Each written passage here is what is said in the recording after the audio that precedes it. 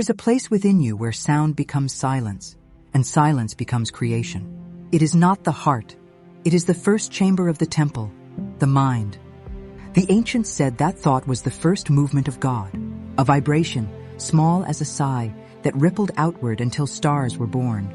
That same current lives behind your eyes. You are carrying the original architect's tool, the power to imagine, to name, to form.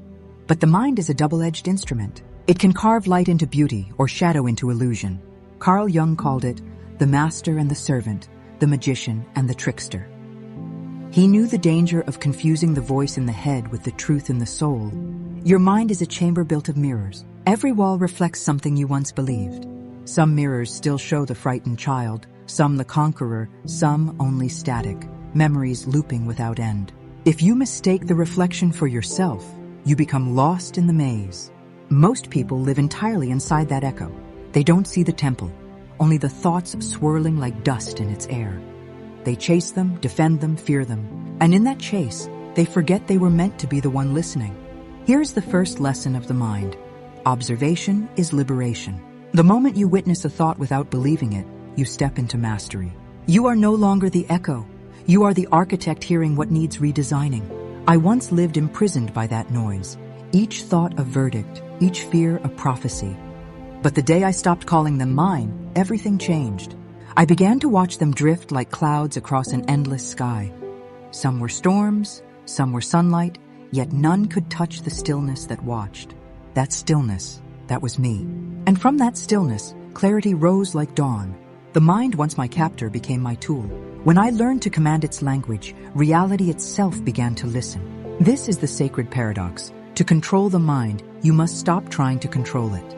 To master it, you must witness it without fear. As Jung said, until you make the unconscious conscious, it will direct your life and you will call it fate. Observation turns fate into choice. So breathe. Feel the current of thought move through you. Do not resist it. Do not worship it. Simply watch.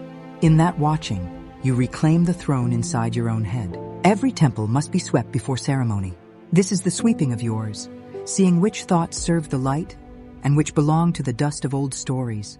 When you remember that you are the observer, not the noise, you unlock the first door of the human temple. Every temple begins with a blueprint, so does every life. The blueprint of your reality is drawn in thought. Each thought is a vibration, a strand of light stretching outward into matter. Some dissolve before they take form. Some repeat until they become walls, roads, relationships, entire worlds. You are not simply having thoughts, you are building with them. In the invisible workshop behind your forehead, ideas spark like architects' lamps. Belief is the hammer, emotion is the cement, repetition lays the bricks, and action is the hand that sets the cornerstone. When your thinking is clear, the structure rises straight. When it is fractured by fear, the foundation warps. That is why a single unexamined thought can tilt an entire life. Why one line of self-doubt repeated for years becomes a crooked hall inside the temple. Carl Jung once wrote, "The world will ask you who you are, and if you do not know, the world will tell you." The same is true for the mind. If you do not design its architecture consciously, the collective noise will design it for you. Look at how the mind copies what it sees, a headline, a comment, a fear from childhood, and installs it like scaffolding without permission. Then you wake one morning wondering why the view from your temple feels cold. Here lies the work of mastery, to walk the corridors of thought with awareness, examining what you built in sleep, which walls protect, which ones imprison, which voices echo truth, and which are ghosts repeating unfinished lessons. The process is simple, though not always easy. 1. Observe the pattern. Catch the thought as it arises. Name it without judgment. 2. Question its origin. Ask, whose voice is this? Is it wisdom or an echo I mistook for my own? 3. Redirect the energy. Replace reaction with creation. A single conscious breath rewrites blueprints faster than 1,000 regrets. Thoughts are living frequencies. Left unattended, they tangle. Watched with love, they align. This is the secret ancient mystics and modern physicists both touch, that observation collapses chaos into form. You have collapsed many storms in your time without even realizing it. Every moment you refused to speak from anger, every time you chose silence over spite, you were redrawing the temple walls. That is what discipline truly means. Not suppression, but sacred redesign. The more coherent your thoughts, the more coherent your energy field. And coherence is contagious. A steady mind steadies rooms, steadies lives. So ask yourself, what architecture do I wish to live inside tomorrow? Then begin building it now, one conscious brick at a time, set with patience, sealed with truth. You are the architect, the builder, and the inhabitant. The temple listens to every design you draw. Every temple has a gatekeeper. The gatekeeper of the human temple is the mind. It was designed to protect the sacred flame within, to analyze, predict, and defend. Yet a guard who never sleeps becomes a jailer. The mind was meant to serve consciousness, but somewhere along the line, it began to believe it was consciousness. It mistakes noise for knowing, repetition for truth. It builds walls so high that even peace cannot enter. Carl Jung warned, "We should not pretend to understand the world only by the intellect. The judgment of the intellect is only part of the truth." He understood that when the mind forgets its limits, it becomes illusion's engineer. Watch how it works. The same imagination that paints visions of beauty can also project catastrophes that never happen. The same reasoning that solves problems can invent ones that don't exist. It is both lightbringer and shadowmaker. Thoughts whisper, "What if?" then answer themselves with fear. They repeat the past, dress it as prophecy, and you, believing them, live in worlds that never were. But here lies the key. You cannot silence the mind by force. You must educate it through awareness. Pause. Treat each thought as a visitor. Some arrive bearing wisdom, some carry panic. Your task is to open the door, look them in the eyes, and decide who stays for tea. That choice, moment by moment, is mental mastery. The untrained mind seeks control through worry. The mastered mind guides through observation. When you stop chasing thoughts, they slow. When you stop fearing them, they serve. To every storm the mind creates, there is an equal stillness waiting beneath it. You reach it not by fighting, but by watching. The observer is always larger than the storm. Remember this, the mind is a mirror, not the sun. It reflects the light of consciousness. It does not produce it. Clean the mirror, and reality shines undistorted. Ignore the dust, and you start to believe the dust is the world. So next time fear or doubt begins its familiar chant, pause. Whisper, "Thank you, mind, for trying to keep me safe, but I am the one who decides what's real."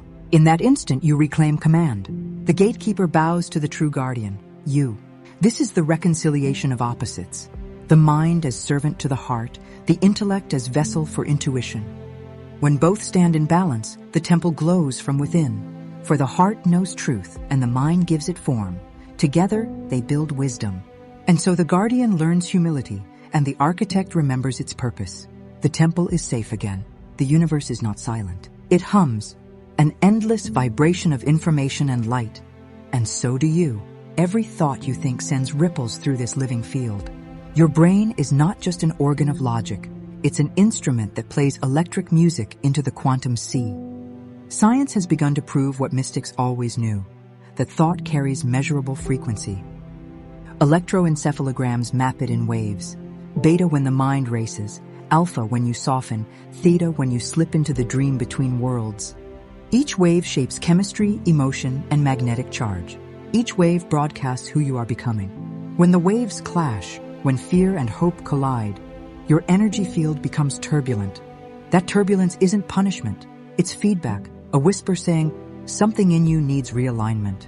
But when your thoughts move in harmony, your brain and heart synchronize into coherence. And coherence is the body's language of truth. The HeartMath Institute calls it heart-brain harmony. Mystics call it alignment, different words, same music. In that harmony, signals between neurons travel faster. Cells release more light, biophotons, tiny particles that carry information between living things. The brighter the signal, the clearer the communication. You literally become easier for the universe to understand. This is why a calm person changes a room without speaking. Their frequency is ordered. Chaos dissolves in their presence because order is stronger. Thought, emotion, and intention form the trinity of frequency. Thought gives direction. Emotion gives power. Intention gives purpose. When the three agree, reality bends to listen. But agreement cannot be forced. It is grown. Through awareness, through stillness. Every time you catch a fearful thought and breathe instead of react, you restore harmony in the circuitry. Every time you choose gratitude over doubt, you tune the temple like a string returning to pitch. The ancients called this inner alchemy, the transformation of dense leaden thinking into luminous gold awareness. Modern language calls it neuroplasticity, the brain rewiring itself to reflect the light you keep choosing. Two names for the same miracle. You have witnessed it in yourself. Remember the moment you began observing your thoughts instead of becoming them? That single act changed the electrical pattern of your being. From that day, your frequency steadied. Life started meeting you at that steadiness.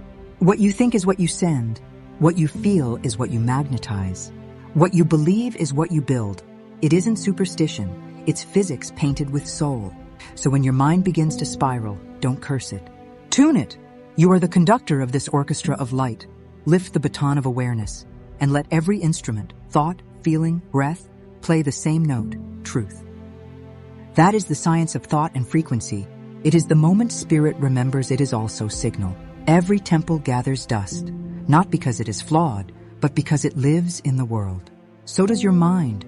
Each thought that ever passed through you left a trace. A worry that settled like ash. A memory that hardened like wax. A belief left burning long after the flame went out. These are the residues that dim the chamber's light. But dust is easy to remove when you remember one thing. You are the keeper, not the debris. Begin with breath. Inhale slowly, as if drawing golden air through the crown of your head. Feel it sweep the corridors of thought, clearing cobwebs of what if and not enough. Exhale softly, letting them fall away like leaves returning to earth. This is not imagination, it is maintenance. Each conscious breath polishes the mind's mirrors. Words are tools of cleansing, too. The ones you repeat become incense in the temple. Choose them as you would choose fragrance, subtle, intentional, sacred. I can. I am safe. I see clearly. Spoken with heart, they shift vibration faster than any ritual of complexity. And silence. Silence is the pure water that rinses everything else. Sit inside it often. The mind may protest at first, throwing up noise like dust caught in sunlight, but stay still.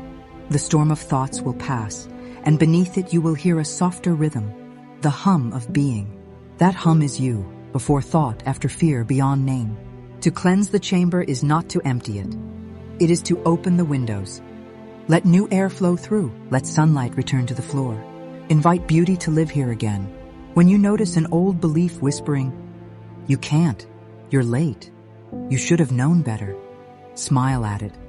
It is only dust remembering its shape, smile and sweep. Thank it for the lesson it carried, then let the wind of awareness carry it away. Mastery of mind isn't force, it's hygiene, daily care. The simple act of remembering. These thoughts move through me, but they are not me. Keep sweeping, and the echo of self-criticism fades. Keep breathing, and the walls begin to shine. Soon, the chamber feels lighter, not because the world changed, but because you cleared the static between your soul and the world. This is the discipline of the awakened architect, to tend the mind with love, to polish the mirror until it reflects only light. When the dust settles and the echoes fade, a hush fills the chamber. It is the sound of alignment returning. The mind has spent lifetimes trying to lead, but it was never built to rule. It was built to translate the heart, to give form to what the soul already knows. Realignment begins the moment the mind remembers its place. Not king, but steward. Not judge, but servant of truth. Close your eyes for a breath. Feel your awareness drop from your forehead into your chest. That soft descent is the mind kneeling to the heart. Here, logic and love begin to converse again. When they agree, thought becomes wisdom. When they fight, thought becomes noise. The heart speaks in pulse and rhythm. The mind speaks in words. Together they write harmony, the language that heals both body and world. Science calls it heart-brain coherence. Mystics call it the marriage of heaven and earth.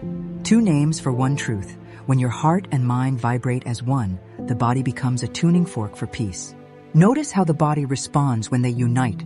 Breathing slows, muscles loosen. Vision clears, the nervous system whispers, safe. And from that safety, creation begins. To live from alignment is not to silence the mind. It is to let the heart set its compass. Before every decision, ask, does this thought honor my peace? If it does, follow it.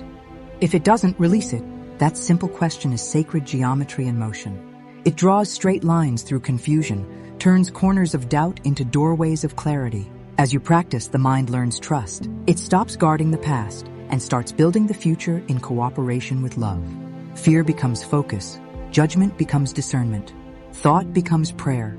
This is the true intelligence of the temple. Not speed, but stillness. Not argument, but understanding. When the mind kneels to the heart, wisdom stands. The architect and the flame finally work as one. Let that balance settle through you now. A golden current rising from heart to mind, circulating light through every cell. This is coherence made visible. This is peace remembering its own rhythm. The chamber is quiet now. The echoes have turned to music.